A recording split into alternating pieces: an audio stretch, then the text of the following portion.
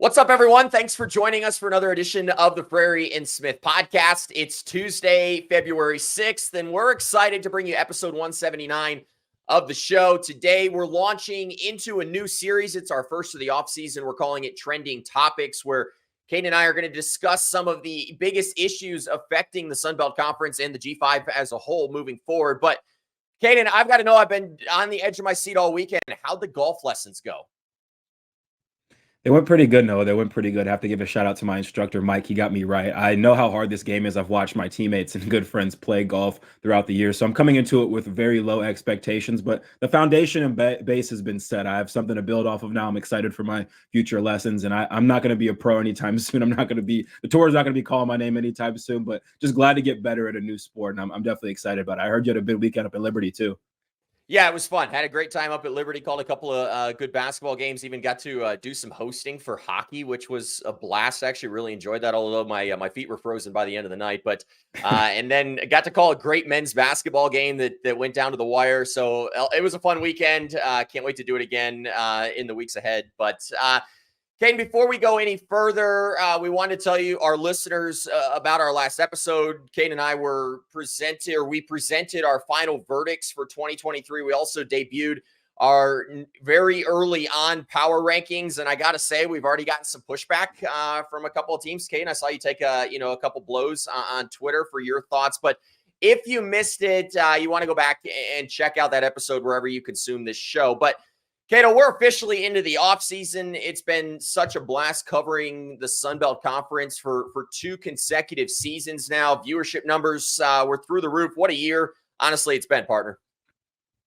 It's been a fantastic year, just watching the growth of this conference in front of our eyes and having a front row seat to the action, being able to talk to the players, the coaches, the insiders, and really just covering this league at the best we can. I feel like we've just been getting our return on an investment. It's been a great year for the Sun Belt Conference. We've been saying it's the best Group of Five conference for a while now. It's been validated by others in the college football space as well. And now that the season's over, just really looking forward to breaking down this conference more, the college football landscape as a whole more, because we're seeing some seismic changes across college football, across college athletics. And I think it's just an exciting time overall, not just for the Sun Belt, but just all of college football at the moment. Yeah, I think those are great points. And as we mentioned earlier on, today we're kicking off our first offseason series. We're calling it Trending Topics. And our goal, Kaiden, honestly, with this series, it's pretty simple, and that's to discuss some of the key issues that are affecting the Sun Belt and its football league. Today, we're going to dive into a discussion revolving around the new 12-team college football playoff. And Kaiden, I'm really excited about the upcoming changes to the college football playoff. We have so much debate that goes on for those of us who follow the sport of college football about who those four teams are. I think it's even going to be greatly expanded now that there's 12 teams. And I wanted to start with a little bit of just a history lesson for those maybe listening to the show that aren't as familiar kind of with the history of the college football playoff. It replaced the BCS back in 2014. I still remember those days. I remember watching Texas win some of those games, and even Alabama multiple times. But we have consistently seen the top four teams in the final CFP rankings compete for a national championship. Alabama won the most titles during this recent era with 3. Michigan obviously won the most recent over Washington. But okay, now we're expanding to 12 teams in 2024, which means triple the excitement, and that's got to have you really excited. Definitely has me excited, Noah. The college football playoff being introduced, I remember it just like you did. And the 4-team playoff just never seemed like the most logical way to go about this, especially with the Power 5 being as strong as it was back in that time period. It just always seemed like an uneven number. We're worried about teams getting left out. And I think this past football season definitely showed that we needed to expand to a 12-team model more than ever. So definitely excited about that. I always felt like football wasn't necessarily a tournament style sport just because of how physical it is and having played it before, but going more closer and closer to that NFL model of just having the best teams play in a bracket, getting after it. I think it's going to be huge for the sport, huge for the Group of Five, the Power 5, the sport in general as it continues to grow. And I just think the intrigue and the interest in college football because of this 12-team playoff is only going to skyrocket and expand this upcoming season in 2024. Yeah, I think so too. I mean, more college football games are not necessarily a bad thing. Let's talk format, because you mentioned the 12 teams, and right now going into this offseason, we have a 6+6 model, which you and I were discussing a little bit before we started recording this episode. But it guarantees the top 6 highest ranked conference champions having access. So for instance, kind of think about, like if you look back to this last year, you'd have the 5 Power 5 champions, and then you would have had a team like Liberty. But with the Pac-12 kind of dissolving at this point, you would have your, 4 and then potentially 2 conference champions from the G5 level. So that's why there's a lot of momentum right now. And the expectation is that probably is going to be changed this offseason to a 5+7 model, which would guarantee, the Big 10, the Big 12, the SEC, the ACC a spot, and then probably that top ranked group of 5 team. Again, this year, it would have been Liberty access. But Kaiden, the first round games of this are going to be on campus. And for instance, if you look back to this last year, Liberty would have played at Florida State. And I have to admit, the thought of a Sun Belt champion playing on the road in postseason ball at this time of year has me really excited.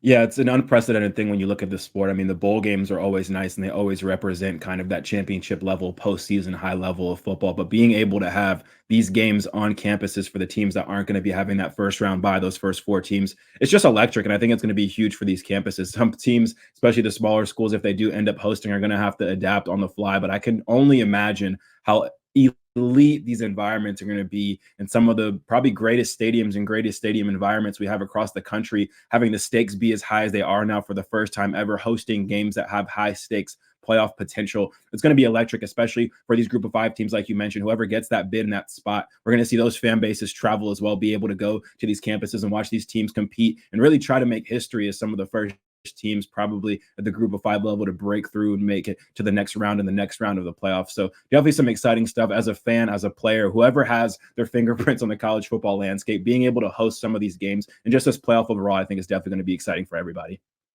Yeah, Cato, to your point, I think back, and we have a lot of App State listeners. Obviously, you helped bring those to the podcast, but you think back to an upset win over the University of Michigan, and I have to think that if something like that happened, so say App State was playing Florida State in the first round of a college football playoff in the future, and they were able to win that game, it's going to have a similar feel to some of those great upsets of the past that we've seen for App State and a number of Sunbelt schools. Yeah, we've talked about it a little bit off air as well. This is a ever-changing college football landscape. We're seeing the money have an impact with the NIL and the transfer portal and a lot of other topics we'll talk about in this series. But overall, it's the expectation right now that the bigger schools and the bigger programs across the nation are going to be able to afford with their budgets to get the best players in the country and kind of create a little bit of separation as far as recruiting goes. But at the end of the day, there's going to be a handful of group of 5 teams, just like they are every single year, I believe, that are going to be able to compete against the nation's top teams, go up against Power 5 ranked teams. We see it every single year. There's group of 5 teams that beat Power 5 teams left and right in their non-conference schedule throughout the season. And I think these playoff games will be no different. And it'll just add some more energy, giving that not only you're beating a team that's favored to win in a game, you're beating them and eliminating them from the playoffs. It only raises the stakes. I think it's going to be great for fans, something to get excited about, and great for the players as well, getting the opportunity to kind of double down. It's always exciting as a player at a group of 5 school to go and try to slay a giant, to go into someone else's house that has a bigger athletic budget than you, that has players that might be bigger, faster, stronger, but still be able to stand toe to toe with them and get those wins. And being able to do that now on the biggest stage with a ton of people watching on a playoff stage, I think it's only going to add the juice and excitement to some of these upsets. So you talk about it, that Michigan upset was great, but imagine if that was an upset, sending Michigan home from a playoff. That's going to be great to see in the future. And I'm definitely excited about the opportunities some of these group of 5 teams overall are going to get in the playoff. Well, Kaiden, you and your boys from Boone, during your career, you guys certainly slayed quite a few giants. So I respect the opinion there. And I think you bring up an interesting point because you talk about the money element of things. And this in college football has become a huge business. I personally, Kaiden, I think one of my favorite podcasts, I just want to shout them out, the Joe Pomp Show. They talk sports and business. And one of the things that was said recently on that show, they were talking about the state of professional sports leagues in North America. And I found this interesting that as of right now, college football is actually the second most, followed, we'll call it league in North America. It's ahead of leagues like the NBA, the MLB, the MLS, et cetera. These, you think back to Christmas Day and we think about the domination of the NBA. Well, there were multiple bowl games this year outside of the college football playoff games that were actually had greater viewership than even the NBA Christmas Day game. So you can see the expansion of college football. And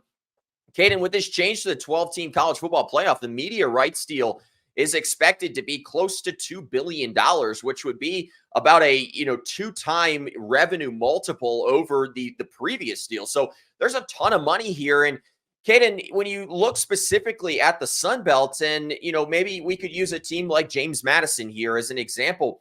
If a JMU were to get into this college football playoff, it's going to be a major boost to them, not only in terms of the exposure that they're going to see by playing in this game, and that's God forbid they go on and pull up an upset in the first round, but then the money that they're going to get out of playing in that game, as well as for the conference, that could be huge for the forward trajectory of a league like the Sun Belt. Yeah, there's no question that anyone who's tapped into college football right now understands the growth of it and how big of a sport it is. I mean, that's why I'm trying to write and talk about it for as long as I can right now, that's for sure, because I feel like this sport is going to continue skyrocketing and eventually get to the point where it's competing with the NFL, or at least merging with the NFL. We're seeing, along with the media deals like you're talking about, these student athletes are getting paid now. They're going to be faces of programs. They're going to be people that are having their careers well documented from high school to college to the NFL level. So I think overall, the money in the sport is going up in every single angle. And when you talk about this 12-team playoff, it's going to be like getting a golden ticket for whichever group of 5 team is able to make that 12-team playoff. If they make it onto that stage, they're going to get more exposure than they've ever gotten before. You mentioned the media money. They're going to get that more than ever before. Even when we talked previously about App State beating Michigan, that's the kind of win that you look back and it affects the attendance of your school and the trajectory of your program and how many people even enroll into your program moving forward. And if you're a group of 5 team who is able to make it to that stage, you're going to see those same residual effects, maybe at an even higher level. You're going to have more cachet. You're going to have more teams wanting to go to your school. So I think the opportunity for any group of 5 team to break through this 12-team playoff, just given the money and the trajectory of the sport, it's going to be huge for them. It's going to put them ahead as far as recruiting and a lot of other facility things, whatever you can do possibly and take advantage of. It's going to be a big opportunity for whatever group of 5 team gets to make it to the 12-team playoff. That's for sure. And we're on this podcast definitely hoping that Sun Belt schools can get in there as much as they can in the next couple of years. Yeah, Kaiden, I think obviously the Sun Belt is uniquely positioned to be a conference. We spoke with Commissioner Gill several episodes back about the positioning where the league is. Many have called this the premier group of 5 conference. So I think that the Sun Belt is uniquely positioned to perhaps put a team in. But can you say all of that? And for me, the biggest maybe nervousness, a little bit of anxiety here when you start talking about money, people get greedy. And we saw this last year where there was, what I'm going to call an egregious exclusion, and that was keeping Florida State out of a 4-team playoff when Jordan Travis went down with injury. This was an undefeated, Power 5 champion that did not get a chance. And let's be honest, I don't know how that game would have gone, but you get between the white lines, you never know. But we saw what happened to them. And for me, I just have to ask, how many years are we away from a group of 5 champion being excluded from this new 12-team college football playoff? G5 teams, Kaiden, when you look back to 2017, other than Tulane versus USC, which we saw last year, are 1-5 in these New Year's 6 games. We saw Liberty lose by 39 to Oregon just this past January. My fear right now, if you had to ask me, is that eventually the G5 in the Sun Belt, they're going to lose their seat at the table here. That's definitely a huge fear of mine, and it definitely initially sparked when you saw Florida State get excluded from the 4-team playoff this year. I mean, if the college football committee is willing to exclude an undefeated conference champion at the group of the Power 5 level, just imagine what they're going to be willing to do once we get to this 12-team playoff. When you get to that 12 or 13 seed, it depends on the model, like you mentioned before, the 6x6 or the 5x7 model. You could have those auto bids, but once these conferences like the SEC and the Big Ten continue growing and cachet, continuing growing in their competition, I think we're just going to see that take priority more than anything. When they excluded Florida State from the college football playoff, it's really the first time across all football where they said, okay, this is where records don't matter. Styles make fights. We would prefer to have a program like Alabama, who's a blue blood, who's been in this level and been in this conversation as far as winning championships multiple times over. We'd rather see them versus a team that may be more deserving. We can use the injury as an excuse, but I think that definitely set the precedent and the foundation moving forward in the 12-team playoff that we could in the future see a universe where records don't necessarily matter. And I think in any universe like that, you have to account for being a group of 5 program not mattering either. So that's definitely a fear of mine as well going forward. It's definitely an interesting precedent, I think, to set going into the 12-team playoff. But I wouldn't be surprised looking at the future of college football, seeing, hey, the people who have the seats at the table, the real decision makers, they're going to want to see as many of these SEC and Big Ten programs in this college football as possible. They're going to be willing to do whatever it takes to do that. And I sadly think that I do think that means eventually we will see these group of 5 teams get pushed from the side and see the 12-team playoff almost be an exclusive thing with the nation's top programs, the top brands even, and the top coaches, players, and all of that stuff. Well, and Kaiden, let's use another Sun Belt example here. Imagine if Troy was the highest ranked group of 5 champion and LSU was sitting at number 13, say. If you're the decision makers here, you're not going to get as good a viewership if Troy's in the college football playoff as if LSU's playing Florida State in round 1. So I think it's interesting, and it's going to be interesting to see moving forward how those decisions factor into things. Hopefully, at least for the next couple of years, we're still going to see a G5 team in. I can just tell you that with how rapidly things are changing in college football, despite what, many people want, I think in the future that's going to change. And Kaiden, this is a great way to segue into a very interesting topic that was brought up this past week. It's been bandied about for a little bit, but I was listening to the Late Kick with Josh Payton, and he had some interesting comments. He talked about the obvious tiers that are developing in college football. So you always had the FBS and the FCS, but pretty soon we're about to be at a set of tiers where maybe, the top 30 to 40 teams are kind of in a power 2, power 3 type of tier. Then you have everybody else, and then you still have the FCS level. And the other thing he talked about, and he actually specifically mentioned Coastal Carolina and Louisiana, is just some of the vastly different strength of schedules. You look at a Liberty team that was in the New Year's Six this year. They had the worst strength of schedule in all of Division I FBS football. And Kaiden, kind of following up with some of this, Adam Brenneman, who's a well-respected voice around college football, a very young voice right now, he talked about the resources, and he spoke with UAB's head coach Trent Dilfer earlier this year, and he talked about how that program has about a $700,000 NIL budget. And then you look at some of the reported numbers we've seen from Ohio State of close to $13 million, and there's no denying that there's a massive gap here. And you have to wonder if at some point, Kaiden, I've been dancing around it, but would we consider a group of 5 playoff? Yeah, it's going to be interesting, though. And I think these next couple of years are going to be what determines that. We talk in the past about how the money in this sport with NIL and the rise of that is definitely creating a financial gap between the haves and have-nots of college football. There's certain programs that have a way bigger budget, a way bigger NIL collective, and they will be able to acquire the nation's top talent and create and kind of separate themselves from some of the middle tier or lower tier, not only just Power 5 teams, but then the group of 5 as well. So I think moving forward, it's going to be interesting to see if that money pays off. We're talking about this gap that's going to be created with the divide in money from program to program. But at the end of the day, if we get in between those white lines and some of these programs who put a ton of money into their recruiting lose some of these big games, we might see a seismic shift, and it might not be as drastic as we thought. But if we do see a situation where the top teams who have the top donor bases are getting the top players and completely wiping out the competition year in and year out, then we're going to see that divide. And maybe we should consider maybe separating the group of 5 from the Power 5 as far as the playoff goes. But I think as far as getting between those white lines, there's going to be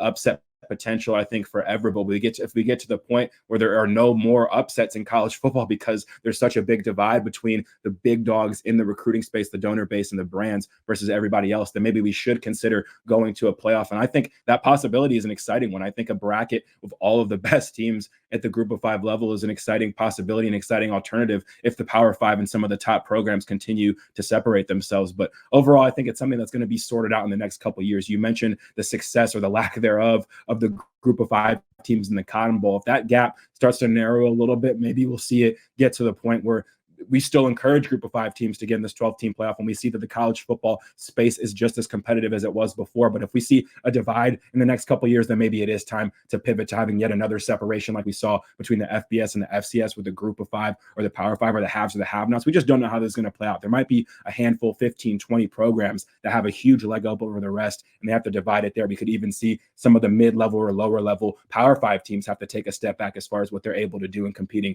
with these big teams. But at the end of the day, I think these next 3 or 4 years are going to be really determines how the future of college football looks as far as the postseason goes. Yeah, Caden, I think it's interesting. And I don't think I'm ready to take a doom and gloom look and say that you're not going to see group of 5 teams defeat, quote unquote Power 5 or whatever we're going to call it in this new landscape of college football. You think of App State taking down Texas A&M 2 years ago. You think of Marshall taking down Notre Dame. You think of Georgia Southern over Nebraska. So there is plenty of evidence that even these programs, specifically, you think of that Texas A&M program and the NIL war chest that they supposedly have, that smaller schools can still win those games. Anything can happen once you put groups of guys in between those white lines. But Kane, just for sake of this discussion here, I went back and looked at the final AP poll this last year and grabbed the top 12 G5 teams, and this is the list: SMU, Liberty, Tulane, James Madison, Memphis, Troy, Air Force, Toledo, Miami of Ohio, UTSA, Wyoming, and App State. How much fun would a group of 5 playoff, perhaps maybe you play the first 2 rounds on campus, maybe the top 4 teams, SMU, Liberty, Tulane, and James Madison get first round buys. How much fun would that be to see some of these premier programs go head to head for a potential championship? It'd be fun, though, and it'd be well documented. I think when you look at how the college football landscape is changing, people who know college football know that that's going to be some real exciting and fun ball to watch. And I think people will tune in for that. Sports betting is only rising too, so people are going to be looking for a reason to bet and watch any kind of football they can. And I just think there's a ton of potential with that. We talked about maybe there's still being one group of 5 team that gets that golden ticket to perform at the highest level in that 12-team college football playoff. Obviously, the revenue you're going to get from that is priceless, but then the rest of these teams could potentially compete in their own playoff, and you could continue having the bowl tie-ins. There's plenty of bowl games. You can still have these teams be able to play at neutral sites in the bowl games that we commonly see: Sun Belt, a MAC, all the different bowl tie-ins that we already have. We can still continue to see bowl games played in this tournament style for the group of 5. And I think it'd be very watchable. It'd be very exciting to watch. And I think just like the 12-team college football playoff is going to generate its own revenue and buzz, a 12-team playoff with the best group of 5 teams would do the same thing. It would put good on good competition against one another and ultimately give an opportunity for the group of 5 teams to just crown themselves a champion and have something to hang their hats on in the offseason to help them with recruiting, exposure, all that different stuff. So I think there's a ton of potential with the idea for sure. A lot of it, again, is going to depend on how these next couple of years go, but it's definitely an exciting opportunity and a good alternative to the people who may think that the changes in college football are all negatives for the group of 5. I think this would be a great positive way to turn on that and maybe turn over a new leaf in a new era of college football. Well, Kane, I think it's going to be unique and fascinating to watch over the next couple of years because, some of the earlier reports that we have seen about this college football playoff is that ESPN is going to have the rights to the entire thing. And that leaves out some major companies. You think of a Fox, you think of a CBS Sports that will not have access to show those games. And you have to wonder if one of those 2 companies perhaps, tries to get involved and create something. We've seen, obviously, Super Conference is formed because of media money, so I don't think it's too crazy to think of an additional playoff maybe being formed because of media money. So I think it's going to be fascinating, and that's why we're starting the conversation now of talking about what the future of all of this might look like. I think it's important for fans of the Sun Belt and Group of 5 leagues as a whole to not be naive about the future because it is changing, and unfortunately, it might not involve the Group of 5 in the future, but we'll certainly see, how things play out in the coming years. Well, that'll do it for today's episode. We hope you all enjoyed the show. Don't forget, we're coming back on Thursday. We're continuing our trending topics series with a discussion surrounding the transfer portal and its positive and even negative effects on Sunbelt football. Make sure you join us. That'll do it for us here at the Frary Smith Podcast. Before you go, here's one thing you can do for us. Head over to our YouTube channel, hit subscribe on our recently launched Frary Smith YouTube page. Help us help you by continuing to grow this show into the premier destination for Sunbelt football fans. So for Kaiden Smith, Richmond Weaver, and Brett Jemis, I'm Noah Frary. We really appreciate you spending time with us today. Well, that's goodbye for now. We'll talk to you again on Thursday.